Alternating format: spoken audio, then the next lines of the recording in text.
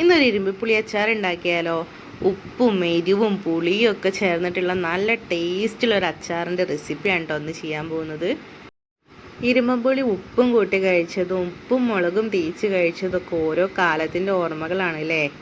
എന്തായാലും നിറയെ കഴിച്ചിട്ടുണ്ട് കേട്ടോ. അപ്പോൾ നമുക്ക് ആവശ്യമായിട്ടുള്ളത് പറിച്ചെടുക്കാം. ഞങ്ങളെവിടെയൊക്കെ ഇതിന് ഇരുമ്പിപ്പുളി, ഇരുമ്പം പുളി എന്നൊക്കെ കേട്ടോ പറയുക. നിങ്ങളെവിടെയൊക്കെ ഇതിന് എന്താ പറയുകയെന്നൊന്ന് കമൻറ്റ് ചെയ്യണേ.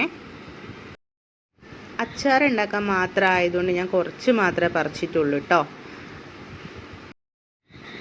നന്നായിട്ട് മൂത്ത ഇരുമ്പ് പുളി നോക്കിയിട്ടാട്ടോ നമ്മൾ അച്ചാർ ഉണ്ടാക്കാൻ വേണ്ടി എടുക്കുന്നത്. അതിനായിട്ട് ആദ്യം ഇതൊന്ന് കഴുകിയെടുക്കാം. കഴുകിയെടുത്ത ഇരുമ്പുപുളി നീളത്തിലാണ് കേട്ടോ കഷ്ണങ്ങളാക്കിയിരിക്കുന്നത്. അത് എന്തിനാന്ന് വെച്ചിട്ടുണ്ടെങ്കിൽ അച്ചാറിട്ട് കഴിയുമ്പോൾ ചെറിയ കഷ്ണങ്ങളാണെങ്കിൽ അലിഞ്ഞു പോകും. അപ്പം നീളത്തിൽ ആവുന്ന സമയത്ത് വലിയ കുഴപ്പമുണ്ടാവില്ല. അതുകൊണ്ടാണ് കേട്ടോ അങ്ങനെ ചെയ്തത്. ഇനി എന്തൊക്കെ സാധനങ്ങൾ അച്ചാറിടാൻ ആവശ്യമായിട്ടുള്ളത് നോക്കാം. കുറച്ച് കാന്താരി എടുത്തിട്ടുണ്ട്, നീളത്തിലാണ് കഷ്ണങ്ങളാക്കിയത്. പിന്നെ കടുക്, ഉലുവ, പിന്നെ വേണ്ട കായം പൊടിയല്ല കേട്ടോ, കഷ്ണമായിട്ട് തന്നെയാണ് ഞാൻ എടുത്തിരിക്കുന്നത്. പിന്നെ വേണ്ട കറിവേപ്പില, കല്ലുപ്പാണ് കേട്ടോ എടുത്തിരിക്കുന്നത്. പിന്നെ നീളത്തിലരിഞ്ഞ ഇഞ്ചി കഷ്ണങ്ങളും കുറച്ച് നീളത്തിലരിഞ്ഞ വെളുത്തുള്ളി കഷ്ണങ്ങളും. നമ്മൾ ഉണ്ടാക്കാൻ പോകുന്നൊരു സ്റ്റീലിൻ്റെ കടായിലാണ് കേട്ടോ. പാത്രം ചൂടായി വരുന്ന സമയത്ത് അതിലേക്ക് എള്ളെണ്ണയാണ് കേട്ടോ ചേർത്ത് കൊടുക്കുന്നത്. ഇനി ഇതിൽ കടുക് ഉലുവയും കൂടെ ഇട്ടൊന്ന് പൊട്ടിച്ചെടുക്കണം. ഇരുമ്പിൻ്റെയും അലൂമിനിയത്തിൻ്റെയും പാത്രത്തിനേക്കാൾ നല്ലത് സ്റ്റീലിൻ്റെ പാത്രം തന്നെ എടുക്കുന്നത് കേട്ടോ. കാരണം ഇരുമ്പുളി അച്ചാർ ആയതുകൊണ്ട് കേട്ടോ, പാത്രത്തിലൊക്കെ ഒരു കറ വീഴും, അതുകൊണ്ടാണ്.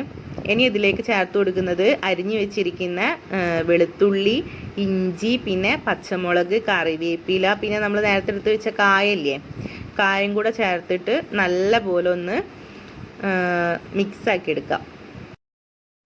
ഒരു ഗോൾഡൻ ബ്രൗൺ കളറാവുന്ന വരേക്കൊന്ന് നല്ല പോലെ ഒന്ന് മൂപ്പിച്ചെടുക്കണം കേട്ടോ.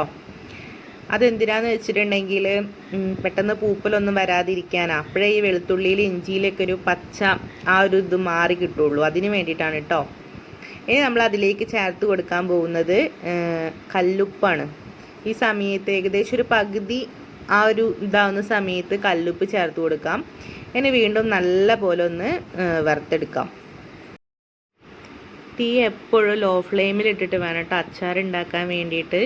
ആ ഒരു സ്ലോ കുക്കിംഗ് ആകുമ്പോഴാണ് ഭയങ്കര ടേസ്റ്റായിട്ട് കിട്ടുക. ഇനി നമ്മൾ നേരത്തെ ചേർത്ത് കൊടുത്ത കായല്ലേ, ആ കായ ഈ ഒരു സമയമാകുമ്പോഴേക്കും നല്ല പോലെ അതിലേക്ക് അലിഞ്ഞ് ചേർന്നിട്ടുണ്ടായിരിക്കും കേട്ടോ. ഞാൻ കാണിച്ചു തരാം.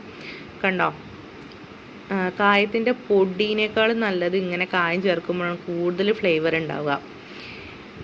ഇനി തീ ഒന്ന് ഓഫ് ചെയ്യുക. എന്നിട്ട് വേണം മുളക് പൊടി ചേർത്ത് കൊടുക്കുക, അല്ലെങ്കിൽ പെട്ടെന്ന് കരിഞ്ഞു പോകും. കാരണം എണ്ണയിൽ നല്ല ചൂടുണ്ടായിരിക്കും. മുളക് പൊടി ചേർത്ത് നല്ല പോലെ ഒന്ന് മിക്സ് ആക്കിയതിന് ശേഷം തീ ഓണാക്കിയിട്ട് നേരത്തെ കട്ട് ചെയ്ത് വെച്ചിരിക്കുന്ന ഇരുമ്പുളി ഇതിലേക്ക് ചേർത്ത് കൊടുക്കാം. ഇരുമ്പുളി ചേർത്ത് നല്ല പോലെ ഒന്ന് മിക്സ് ആക്കി എടുക്കണം. ഇതിലേക്ക് ഇനി വേറെ ഇതൊന്നും ചേർക്കുന്നില്ല, അതായത് വെള്ളം ചേർത്ത് കൊടുക്കില്ല സാധാരണ അച്ചാറിൽ. പക്ഷെ നമ്മൾ അതൊന്നും ചേർക്കില്ല. ഇരുമ്പുളിയിൽ നിന്ന് തന്നെ വെള്ളം ഇറങ്ങി വരും. അപ്പോൾ നല്ല പോലെ ഒന്ന് ലോ ഫ്ലെയിമിൽ ഇട്ടിട്ട് തന്നെ മിക്സ് ആക്കി ഇങ്ങനെ കൊടുത്താൽ മതി. ഇങ്ങനെ ചെയ്യുന്ന സമയത്ത് അച്ചാറിൽ ഇപ്പോൾ തീരെ വെള്ളമില്ലല്ലോ, ഞാൻ കാണിച്ചു തരാം. പക്ഷെ കുറച്ച് സമയം കഴിയുമ്പോൾ ഈ ഇരുമ്പുളിയിൽ നിന്ന് തന്നെ ഇറങ്ങി വരും കേട്ടോ വെള്ളം. അതാണ് ഈ അച്ചാറിൻ്റെ ഒരു ടേസ്റ്റ്. ഇനി നമുക്കിതിലേക്ക് ഇത് ചേർത്ത് കൊടുക്കണം, വിനാഗിരി ആരോഗ്യത്തിന് അത്ര നല്ലതല്ലാത്തതുകൊണ്ട് പൂപ്പൽ വരാതിരിക്കാനുള്ള ആ ഒരു പാകത്തിനെ ഞാൻ ചേർക്കുന്നുള്ളൂ. ഓരോരുത്തരും ഇഷ്ടമനുസരിച്ച് വിനാഗിരിയും പിന്നെ എരിവും, നല്ല എരിവ് വേണമെങ്കിലൊക്കെ കുറച്ചും കൂടെ മുളക് പൊടി ചേർക്കാം കേട്ടോ. വിനാഗിരിയും കൂടെ ചേർത്തിട്ടുണ്ടെങ്കിൽ പിന്നെ അച്ചാറിൻ്റെ പരിപാടി കഴിഞ്ഞു കേട്ടോ. ഇനി ഒരു 5 മിനിറ്റ് ഇതുപോലെ ലോ ഫ്ലെയിമിൽ ഒന്ന് വെച്ചിട്ട് ഇങ്ങനെ ഒന്ന് മിക്സ് ആക്കി കൊടുക്കുക. അപ്പം തന്നെ ഈ ഇരുമ്പുളിയിൽ നിന്ന് ഇങ്ങനെ വെള്ളം ഇറങ്ങി വരും കേട്ടോ. ശരിക്കും ഈ കളറല്ല ഇരുമ്പുളീൻ്റെത്, ഞാനിതിൽ വീഡിയോയിൽ കൊടുക്കാം കേട്ടോ. ശരിക്കത്തെ കളറ് നല്ലൊരു ചുവപ്പ് കളറാണ്. ഞാൻ രാത്രിയാണ് വീഡിയോ ഷൂട്ട് ചെയ്യുന്നത്, അതുകൊണ്ടാണ് കേട്ടോ.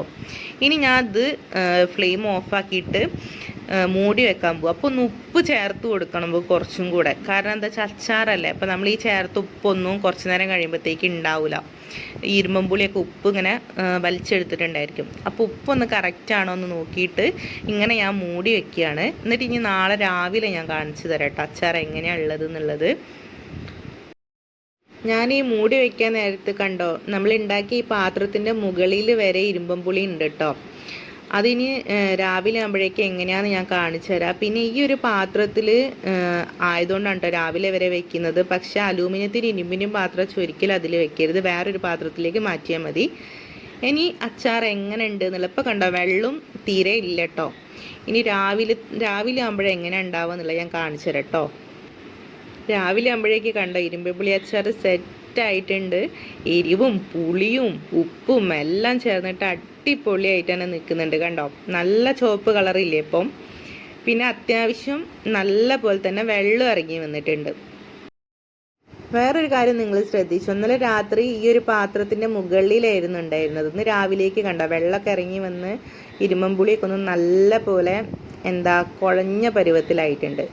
അപ്പോൾ ഇന്നത്തെ വീഡിയോ ഇതാണ്. നല്ല ടേസ്റ്റ് ആയിട്ടുള്ള അച്ചാറാണ്, എന്തായാലും ട്രൈ ചെയ്ത് നോക്കൂ കേട്ടോ. ഇരുമ്പുളീൻ്റെ ആ ഒരു ശരിക്കത്തെ നല്ല പുളിപ്പൊന്നും ഉണ്ടാവില്ല കേട്ടോ, ഇങ്ങനെ കഴിച്ചുകൊണ്ടിരിക്കാം, അത്രയും ടേസ്റ്റാണ്. ഇന്നത്തെ വീഡിയോ ഇഷ്ടമായ ചാനൽ സബ്സ്ക്രൈബ് ചെയ്യാൻ മറക്കരുത്. താഴെ കാണുന്ന സബ്സ്ക്രൈബ് ബട്ടൺ ഒന്ന് അമർത്തിക്കോളൂ കേട്ടോ. പുതിയൊരു വീഡിയോ ആയിട്ട് വരാം. ബൈ.